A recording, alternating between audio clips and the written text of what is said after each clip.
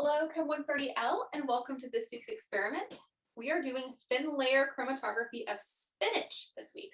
So last week, we started introducing the idea of chromatography by looking at food coloring, Kool-Aid, and then an object of your choice. And we used paper chromatography in order to have those colors go up our chromatography strip, and then we were able to calculate that RF value, that retention factor, to see, how far those different things travel. Well, we're going to do a similar thing today, except we're going to do spinach extract. So here is our protocol. Okay, so there's going to be several things that you need to gather for this experiment, but before we gather everything, let's just remind ourselves of what that retention factor is. Okay, so RF is our retention factor, and it's the distance of whatever we're studying. Okay, so distance of distance of our solute over the distance of our solvent. Okay, because remember, okay, we have that there. Okay, and then remember, we draw a line certain distance from the bottom with a pencil, because if we use an ink pen and that is in there, then when our solvent hits that, it's going to cause the ink to separate out. So we have to use a pencil. All right, and so we spot right on our line, and this time we're going to be putting 2 spots on. Okay, that way we make sure that we have a good control and we can see and make sure that we are actually getting good dots. All right, and then our experiment will happen over time. Okay, and then we'll pull it out, and then we'll have spots along our plate. Okay, because in this experiment, you might see more than one spot when you do this. All right, and then we'll have our solvent front. Okay, and so remember, when we calculate our RF, we do from the middle of our spot to the origin, and we do from where our solvent front went to the origin. Okay, so we'll have different bands, and so we'll use our ruler, and in millimeters, we'll figure out, all right, well, what's the distance to the middle of the first spot? What's the distance to the next spot, And on our data table, all right, we have spots to record more than one band. So you'll record the band number, the band color, the distance it traveled, and then the distance that solvent front traveled. Now, if your TLC plate is in the developing chamber, all right, and everything's on that same plate, the distance traveled by the solvent front, should that change from band to band? Or should the distance traveled by the solvent front be the same for every single color band you see? If you said every band, you were correct, because you're using that same TLC plate. So you'll measure this, and then that's going to be your measurement for the distance traveled by the solvent front. And then you'll calculate your RF value just like you did with our experiment last week. Okay. All right, now, TLC uses a stationary phase and a mobile phase. So our stationary phase is silica gel. So these plates are a little bit different than that paper that you used last week. Okay, we have to be a little bit more careful with these. And our mobile phase is going to be whatever our solvent is. Okay, so our stationary phase is our silica gel, and our mobile phase is that solvent. You're going to be trying 2 different solvents. Your first solvent is going to be pure acetone, and your second solvent is going to be this octyl alcohol added to that acetone. So you'll be doing this experiment twice. Now you only have one 250 ml beaker, so you will have to set it, run it with the acetone, and then set it and run it with the octyl alcohol again later. You do need to leave the plates in there for a decent amount of time. So this experiment is going to take a little bit longer to do because you are going to have to let the experiment actually run. All right, so things that we need to pull out. We need our bag that says thin layer chromatography. Inside that bag, you will find a green bubble wrap. If you carefully cut open that bubble wrap, that's where you will find your 5 capillary tubes. Okay, be very careful when you're cutting open that bubble wrap. In your other bubble wrap, you will have your acetone and your octyl alcohol. The acetone will have some additional plastic around it to keep it from leaking. Just cut that plastic off, and then you can use your acetone. And then you'll have another bag. Those are your TLC plates. Okay. In addition to that, you will need your forceps. You'll need your glass test tube, your 10 mil graduated cylinder, your thermometer, electronic balance, ruler. Okay. You will need some spinach, not canned spinach, fresh spinach, pencil, your water, your scissors, and then I recommend, oh, I have this over here, using a pipette. Now, at one point, it's going to tell you to very carefully mash down your spinach leaves with the thermometer. We don't like to mash things with the thermometer. So I actually mashed mine with one of the disposable pipettes. It did stain it with the spinach pigment. So this might be a pipette I have to toss at the end of this. But I definitely don't want to break my thermometer. I suppose if you're really, really careful, if we were in the actual classroom, we would tell you never ever stir or mash with your thermometer. So if you do use your thermometer, be very careful. Don't force it, just very gently use it. Okay, and then you'll also want your data tables and your ink pen to record. Okay, all right, I'm gonna finish putting on my PPE. I've got my coat on. Let me put on my lab goggles. And let me get a pair of gloves.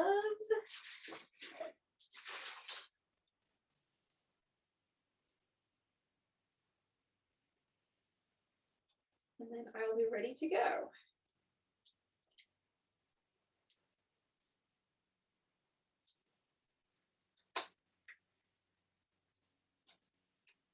Okay. All right, our preparation step. Okay. This involves getting the spinach in and soaking. So I already have some spinach soaking. So what you need to do is you need to take your balance, and then another thing you can grab is one of your weigh boats. So you have a place to put the spinach. Okay, turn your balance on, put the weigh boat on, and hit the tare button.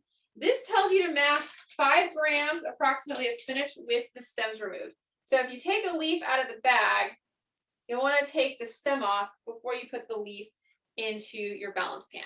Now, when I was testing this out earlier, all right, this is not 5 grams of spinach in this test tube. I found that 5 grams was quite a bit. So when you mass out your 5 grams and then cut it up, add a little bit at a time to your test tube. You'll have to kind of stuff it in, but just add a little bit at a time. And then stop when your test tube starts to get full, because you do need space to add that acetone and then to be able to pull some of that liquid out of there. So you may not use all 5 grams of your spinach. I certainly didn't. All right, so you'll mass out 5 grams.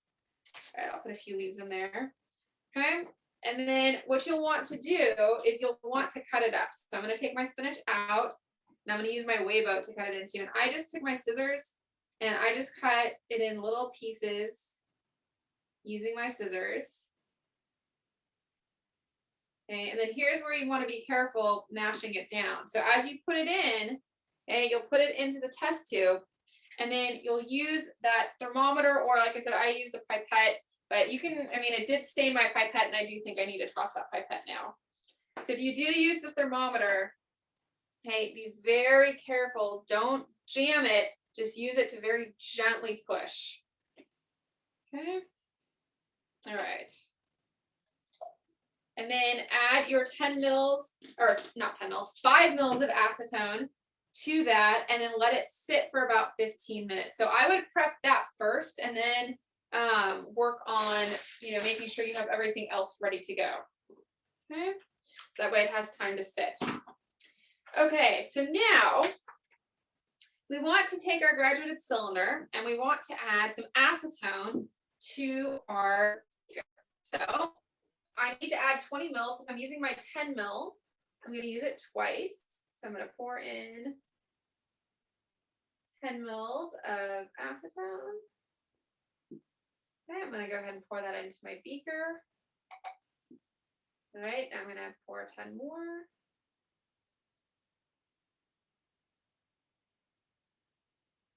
Okay, I'm going to pour that into my beaker. Okay. Set that aside for later. All right, cap my acetone, put that off to the side. All right, and then now I can set up my TLC plate. All right, so you want to be very careful with the TLC plates because you don't want the silica gel to come with them. Okay, so I'm going to take a TLC plate out. Okay, now when you're looking at the TLC plates, I'm going to try to come to the camera so you can see these a little bit better. Okay, one side is coated with the silica gel, so it should be a less glossy finish. And then the other side is the plastic it was coated on, so you can see how that side is shinier. So we're using that less glossy side that actually is the silica gel. Okay, it says to handle by the sides with the forceps. I'm using the sides of my fingers. Just don't press down on it. Be very careful with them.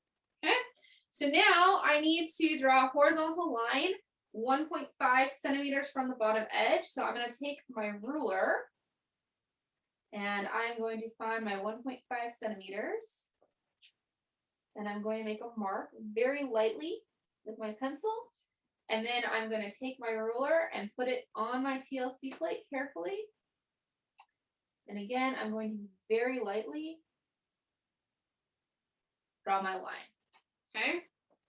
I'm also at the top of my plate going to very carefully write the number 1. So that I know that this is solvent number 1. Okay. All right. So now I am ready to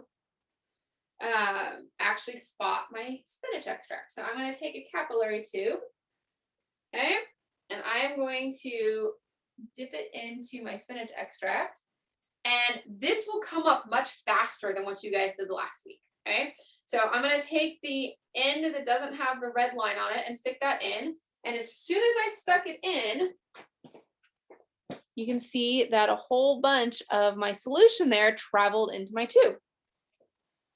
And now I want to spot onto my plate, right? So I'm going to, on that line, very carefully spot on my plate. Now, when you go to spot, you'll want to have your finger on the top. That way it is attracted to the silica gel and comes out. Okay, and you're going to do this a few times to make sure you get a really good spotting. And make sure you let it dry in between. Okay, and you're going to do that for 2 dots. Okay, and then if you need to get more, just dip your tube in again. And then just dot right on that line there. I'm going to let that dry for a moment, and I'm going to do it again. And then we'll put it in the developing chamber. So you're going to do this for solvent 1. All right, after your 45 minutes or so are up with solvent 1, then you'll use a second TLC plate. You'll spot it again, just like you're doing right now. You'll label it with a number 2. You will add the octyl alcohol to the chamber, okay? And then you'll run that plate. Okay, so let me spot this one again.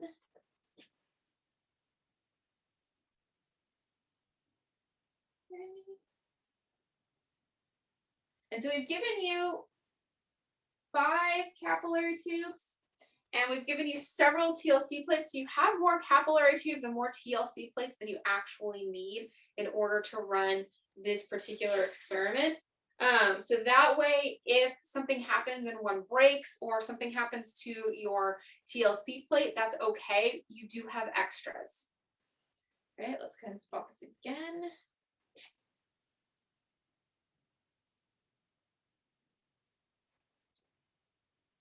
Again, be careful when you're spotting it. You don't want to press too hard.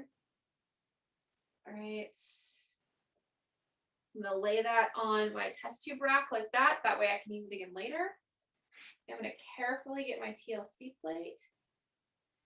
I'm going to bring it over here. I'm going to show you, here are what my spots look like. Okay. So now I am going to take my forceps and I'm going to place that in the developing chamber. And so what'll happen is there's enough acetone in there that it will come up to probably very close to your line, but not above your line. And so make sure again, because you don't want the solvent to come above that line because you don't want your spots to be sitting in the solvent. You want your spots to travel up the paper as the solvent travels up. Okay, and then it is traveling. And so it says to put a piece of paper over it. I'm just going to put this over it because you just don't want to keep, let dust in there. And then over the next 45 minutes or so, I will monitor it to make sure that my solvent doesn't go off the plate. You want to stop it when your solvent is so far up the plate. Okay, this says about 1 centimeter from the top. So keep monitoring it because that 1 centimeter from the top may come before 45 minutes is up. Okay, because again, you don't want it to travel off because then you can't calculate your retention factor. All right, so you'll do that, and then, like I said, you will pull that out. You'll let it dry, and then you will prep a second TLC plate in the exact same way, and you'll label it with a 2. You'll add some of that octyl alcohol to your developing chamber. So you're not pouring the acetone out, you're just adding it to there. And then you're going to do the same thing. You're going to put it in, and then you'll monitor that plate as it travels. And then you'll have both plates and you'll analyze them. You'll calculate your retention factors for any spots that you see. And then you will evaluate, which solvent worked better. Which solvent did you get better dots on? Did you see different dots from different solvents? And you'll analyze it from there and see what happens with your 2 different solvents. Okay, so that is our thin layer chromatography of spinach extract experiment. So TLC, we use this all the time in the lab.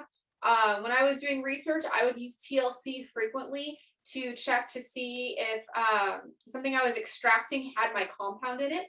Sometimes TLC works like this does with the spinach extract, where we can actually just see it visibly. Other times you actually have to have a black light to see what's on your TLC plate. So I would run my TLC plate and I'd pull it out and it wouldn't look like anything until I got the black light flashlight out and shone that over my plate. And then my spot would show up if it was there with the black light. So that was always really cool. I liked TLC where I had to use a black light to see my spots. These aren't going to last forever with the colored spots on them. So make sure that once it dries, you analyze it right away. Don't let it sit and come back to it the next day. Do analyze it as soon as it dries. So, alrighty. Well, hopefully you'll find this pretty neat. It is a great technique. And if you do any more laboratory science, you will probably do a whole bunch of TLC. So that is all I have for you. And I will see you next video, or come to office hours if you have any questions.